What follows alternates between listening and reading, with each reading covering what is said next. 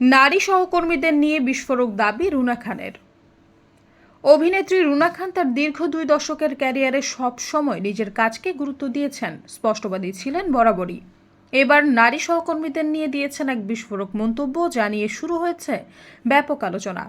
সম্প্রতি একটি দৈনিক পত্রিকাকে দেওয়া সাক্ষাৎকারে রুনা খান বলেন, আমি 2005 সাল থেকে কাজ করে আসছি। এই 20 বছরে অনেক কাজের প্রস্তাব পেয়েছি, কিন্তু সব করিনি। নিজের পছন্দ আর মূল্যবোধ অনুযায়ী কাজ করেছি, কোনোদিন নিজের নীতি বিসর্জন দেয়নি।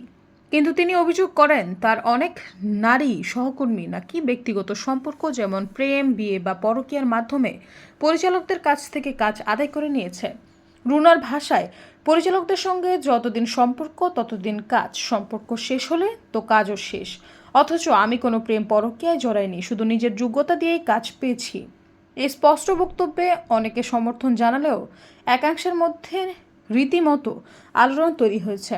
রুনা খান জানান, অনেকেই তার পোশাক বা ব্যক্তিগত নিয়ে প্রশ্ন তুলেছেন শুধু ঈর্ষা থেকে, কারণ তারা নিজে সারা জীবন চেষ্টা করেও সে জায়গায় পৌঁছাতে পারেননি।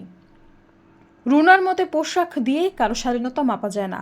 বাস্তব জীবনে যারা অনৈতিকতায় জড়ায়, তারা পর্দায় লম্বা হাতার ব্লাউজ পরে শালীনতার অভিনয় করে। তিনি আরও বলেন, যারা নিজেরা ব্যক্তিগত সম্পর্কের বিনিময়ে ক্যারিয়ার বানাতে পারেনি, তারাই এখন আমার পোশাক নিয়ে কথা বলে। আমি কারো সঙ্গে সম্পর্ক না করেও সফল হয়েছি, এটা তাদের সহ্য হচ্ছে না। রুনা খানের এই খোলামেলা মন্তব্যে কেউ অবাক, কেউ ক্ষুব্ধ, তবে সবাই একমত, এ কথা সাধারণ কেউ সহজে বলেন না। সৈয়দা ফারিয়া, সমযোগ।